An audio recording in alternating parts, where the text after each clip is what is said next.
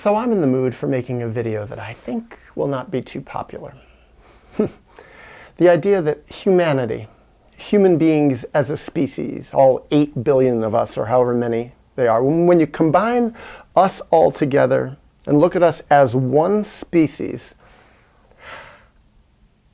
and you were going to diagnose that species, I think a good argument could be made that Homo sapiens as a whole, as one being, is a sociopath. Basically, as a whole, our species, the combined total of our behavior and action and psychology and mentality is that of a sociopath.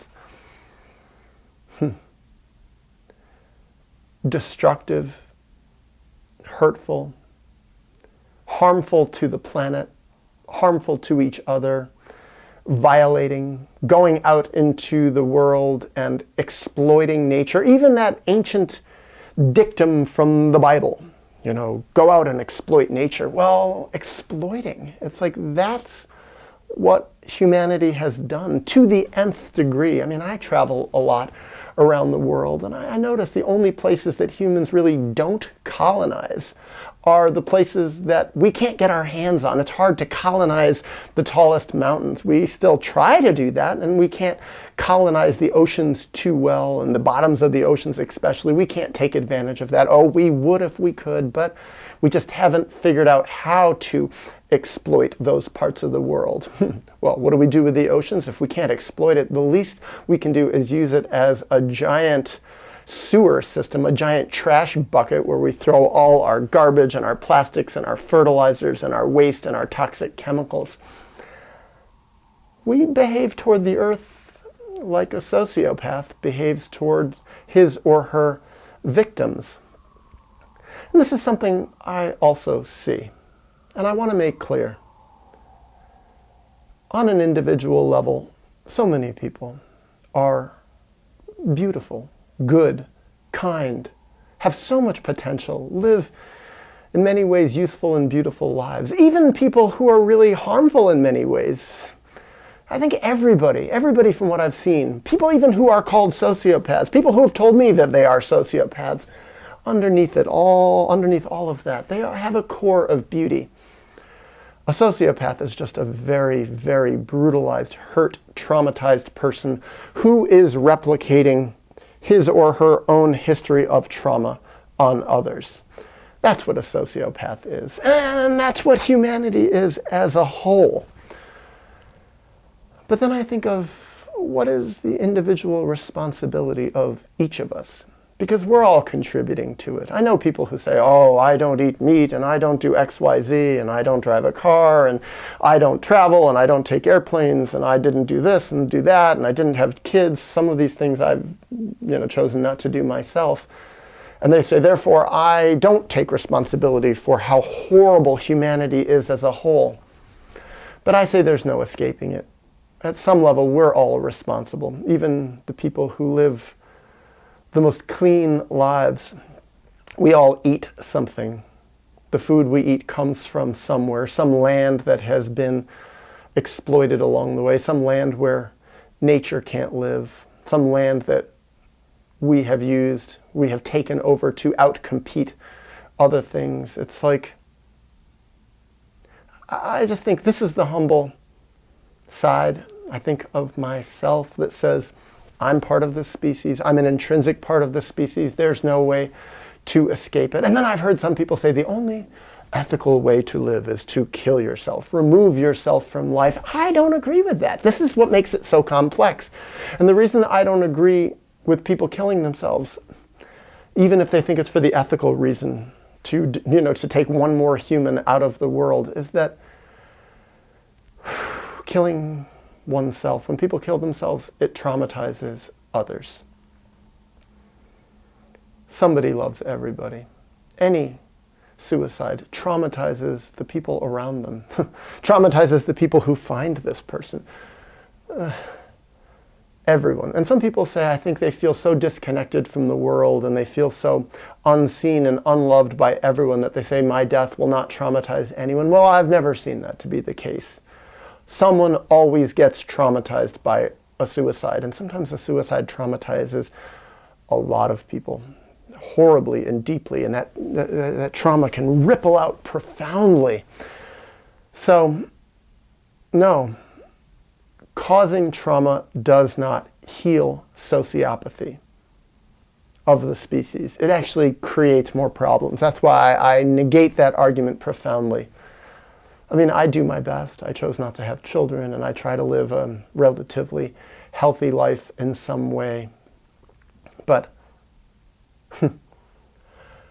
I think the best contribution that I make, and I try to make it as best I can, is to heal my own traumas, become a more healthy person, a more self-actualized person, a person who is less traumatized, and who does my best to spread this message, to use my camera that's constructed of metal and plastic and toxic things, and uses my computer for editing that's made of toxic rare chemicals that has caused more damage to the world. I try to use these toxic things to share my message, to mitigate my part in our sociopathic species for good, to try to balance it out as best I can. I mean, not an easy video. Certainly an easy video to criticize me, because I'm acknowledging my part. I see it all the time. I think I know it. There is no way for us to escape this. I feel good that I didn't have children in this crazy modern era, that I didn't create an innocent child who would somehow contribute to this mess. My contribution, though, is to take the hurt and wounded child in myself and to try to heal him, to make him more mature and developed, to become more aware, more humble, more honest about what I see, what I know, and to use my strength, the voice that has come back. I was a voiceless little boy who couldn't speak, who was beholden to my traumatizers, my parents, my society, who had to play the game, fit in, give the right answers. And the more strong I've become, the more embodied in my true self, the more I have healed those wounds, the more my voice, yes, has come back, and I can speak, and I can use this platform and whatever other platforms I have on the internet or out in real life, direct face-to-face with humans that I meet, to share what I see, to take the risk, to share what I know and what I have learned. But overall, I see our species such a sociopath, a creepy species, a species that, if it is going to have any hope of learning to live more in balance with the world, is going to have to learn how to heal its sociopathy at a grand level. And I think this is a big part of why I made that video I made some years back saying sociopaths can heal. I did my best to create a little roadmap for how an individual person who is able to acknowledge the sociopathy within him or herself can heal. I mean, so many people in the world say sociopaths can't heal. Forget them, get rid of them, put them in jail, forget about them. Just, they're done. Once they're a sociopath, they're always a sociopath. And I think, ooh, what a horrible message, and especially in light of how I see our whole species is a reflection of this diagnosis. And if it's true that nobody can heal, then we might as well hang it up as a species. And that's another reason I think actually we need to learn how to help foster the healing of individual people who are labeled sociopaths.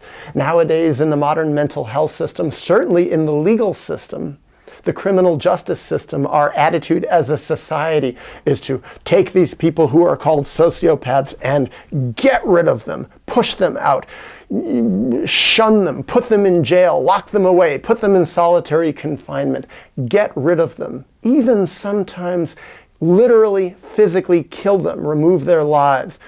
Life would be better without them, but it's not true. It's wrong. We have to learn how to create a society create systems of a society that help people heal from this part of themselves. And actually, those people who are called sociopaths, a word that I don't like pinning on people because I hate that ugly word, but let's just say it exists.